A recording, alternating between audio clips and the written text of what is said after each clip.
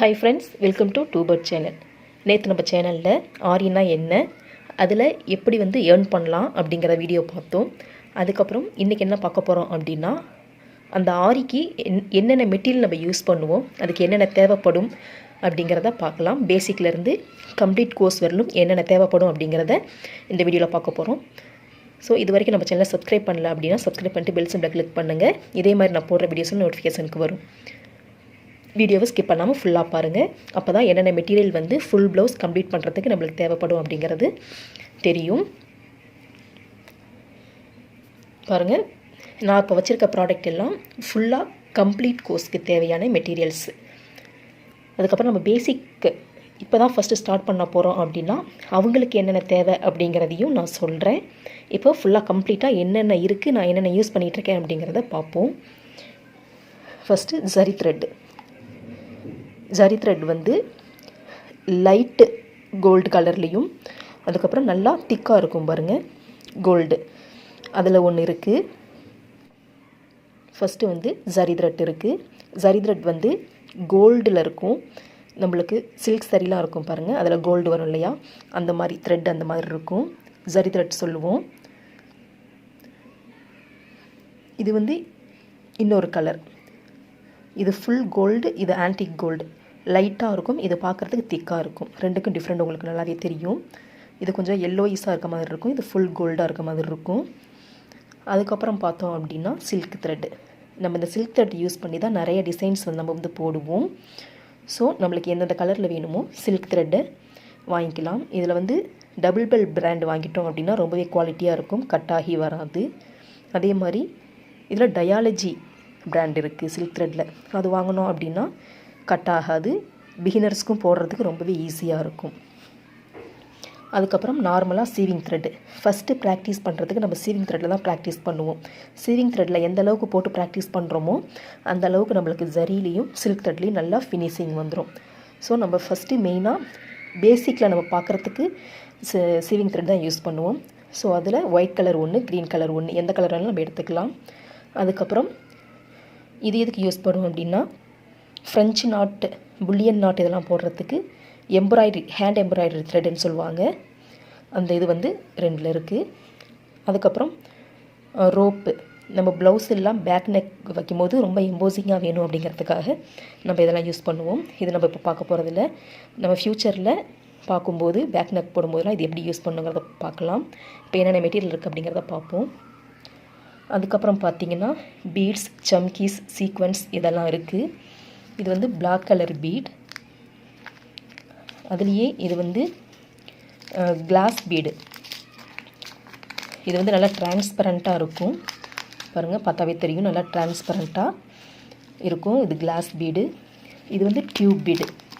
இந்த கிளாஸ் பீடோட கொஞ்சம் பெரிய சைஸில் இருக்கும். கட் பீடு, டியூப் பீடு, கர்தானா இந்த மாதிரி சொல்லுவாங்க. இதில் green colour and pink colour அதில் ஒன்று இருக்குது. இதெல்லாம் நான் யூஸ் பண்ணிட்டேன். யூஸ் பண்ணது போக மீதி எல்லாம் அப்படியே மடக்கி வச்சுருக்கேன். இது ஸ்டோன் செயின் நம்மளுக்கு செயினாகவும் இருக்கும் பாருங்கள், இந்த மாதிரி செயினாகவும் இருக்குது, இது மாதிரி சிங்கிளாகவும் இருக்குது. அதுக்கப்புறம் பார்த்திங்கன்னா இது சம்கீஸ்ன்னு சொல்லுவோம். இதெல்லாம் நம்ம யூஸ் பண்ணும்போது எந்தெந்த ப்ளேஸில் யூஸ் பண்ணணும் அப்படிங்கிறத நல்லா கிளியராக பார்க்கலாம். அதுக்கப்புறம் கட்டர். இதுதான் மெயின் நம்மளுக்கு இந்த செயின். அதுக்கப்புறம் இந்த ஜர்தோசி இதெல்லாம் கட் பண்ணுறதுக்கு நம்ம தனியாகவே ஒரு கட்டர் வச்சுக்கணும். இதை வேறு எதுக்கும் யூஸ் பண்ணாமல் நம்ம மெட்டீரியலுக்கு மட்டும் யூஸ் பண்ணிட்டோம் அப்படின்னா லைஃப் லாங் நம்மளுக்கு நல்லாயிருக்கும். அதுக்கப்புறம் நம்ம மெயினாக பார்க்க போகிறது நீடில் பாருங்கள். இதெல்லாம் ஜர்தோசிக்கு, சுகர் பீடுக்கு இதெல்லாம் யூஸ் பண்ணுறதுக்கு இதோட டிப்பு ரொம்பவே தின்னாக இருக்கும். ஹூக்கு சின்னதாக இருக்கும் பாருங்கள், இந்த மாதிரிங்க பார்த்தீங்கன்னாவே தெரியும். இதெல்லாம் நம்ம ஜர்தோசிக்கு, பீட்ஸுக்கு யூஸ் பண்ணுவோம். த்ரெட்டுக்கு யூஸ் பண்ணுறதுக்கு இந்த மாதிரி இருக்கும். த்ரெட்டுக்கு இந்த இடத்துல கொஞ்சம் மொத்தமாக இருக்க மாதிரி இருக்கும். நம்ம இது த்ரெட்டுக்கு யூஸ் பண்ண நல்லாயிருக்கும். இதோட பிராண்டு எதுவுமே கிடையாது, அயன் நீடில். நம்ம அயன் நீடில் தான் ப்ராக்டிஸ் பண்ணோம் அப்படின்னாவே நம்மளுக்கு ஸ்பீட் நல்லா வரும். இதே பிராண்டட்லேயும் ஒன்று இருக்குது. இது துளிப்பு தெரியுதா, துலிப்பில் இருக்குது, இது பிராண்டட் ஜப்பான் மேடு. இதுலேயும் ப்ராக்டிஸ் பண்ணலாம். பட் இதை விட நம்மளுக்கு நார்மல் அயன் நீடில் ப்ராக்டிஸ் பண்ணி நம்ம போட ஆரம்பித்தோம் அப்படின்னா ஸ்பீடு ரொம்பவே நல்லா வரும். அதுக்கப்புறம் மார்க்கர், நம்ம ப்ளவுஸில் டிசைன்லாம் ட்ரேஸ் பண்ணுறதுக்கு, மார்க் பண்ணுறதுக்கு. அதுக்கப்புறம் இது நீடில், நார்மல் சீவிங் நீடில். இதில் வந்து 25 நம்பர்ஸ் இருக்கும். இது வந்து நம்ம புல்லியன் நாட், ஃப்ரெஞ்ச் நாட் இதெல்லாம் போடுறதுக்கு நம்ம இதை யூஸ் பண்ணுவோம். அதுக்கப்புறம் பார்த்திங்கன்னா ட்ரேசிங். இது வந்து பார்டர் லைன் இந்த மாதிரிலாம் ட்ரேஸ் எடுக்கிறதுக்காக இந்த ட்ரேசிங் சீட். அதுக்கப்புறம் பார்த்திங்கன்னா ஜர்தோசி வந்து கோல்டு கலரில் இருக்கும். இதை பார்க்க நல்லா ஸ்ப்ரிங்கு மாதிரி இருக்கும். லேசாக இழுத்துட்டுனா நல்லா பிரிஞ்சு போயிடும், வேஸ்ட் ஆகிடும். ஸோ ரொம்ப கேர்ஃபுல்லாக இதை ஹேண்டில் பண்ணணும். அதுலேயே இது வந்து சில்வர் கலர் ஜெரி. இது வந்து ஸ்டோன் செயின், ரன்னிங் செயின் அப்படின்னு சொல்லுவோம், ஸ்டோன் செயின். அதுக்கப்புறம் தாண்ட பார்த்தோன்னா இது வந்து கலர் சம்கீஸ். நம்மளுக்கு என்னென்ன கலர் வேணுமோ அந்த கலர் செலக்ட் பண்ணி செலக்டிவாக நம்ம எடுத்து ஸ்டிச் பண்ணுறதுக்காக.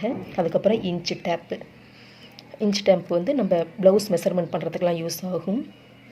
அதுக்கப்புறம் நம்மளுக்கு மெயினாக தேவைப்படுற ஃப்ரேம். இந்த ஃப்ரேம் வந்து பிகினர்ஸ்க்கு இந்த ஃப்ரேம் போதும். இது வந்து 10 இன்ச் ஃப்ரேமு.